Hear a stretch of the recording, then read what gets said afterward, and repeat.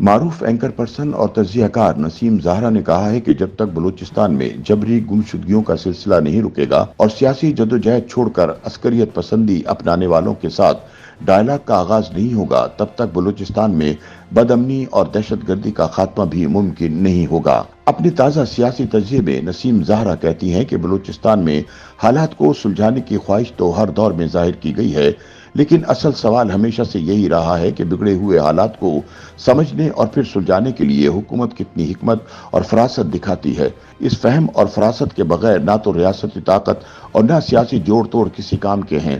پاکستان کی تاریخ گواہ ہے کہ بلوچستان میں جب بھی قوم پرستوں کے خلاف طاقت کا استعمال کیا گیا، اس کے منفی نتائج ہی سامنے آئے۔ آج کے بلوچستان کے حالات سے زیادہ کون اس حقیقت کی عکاسی کر سکتا ہے؟ اصل مسئلہ نیتوں کا نہیں، سمجھ اور اہلیت کا ہے۔ نسیم زہرا کہتی ہیں کہ قائد اعظم محمد علی جناح کے بعد ایک نئی ریاست کو سنبھالنا ہمالیہ سے کہیں زیادہ اونچی ذمہ داری تھی۔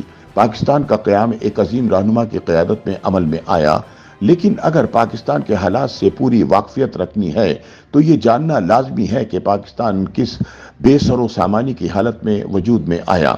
جناح نے ایک نئی ریاست کی بنیاد نہایت مشکل سیاسی، اقتصادی، مالی، سماجی اور نظریاتی حالات میں ڈالی تھی، لیکن قائد کے جانے کے بعد حالات کی سنگینی بڑھتی چلی گئی۔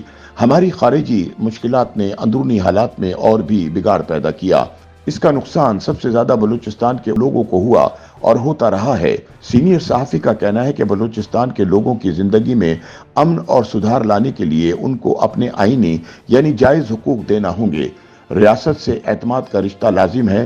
اعتماد یک طرفہ نہیں، دو طرفہ ہی ہوتا ہے۔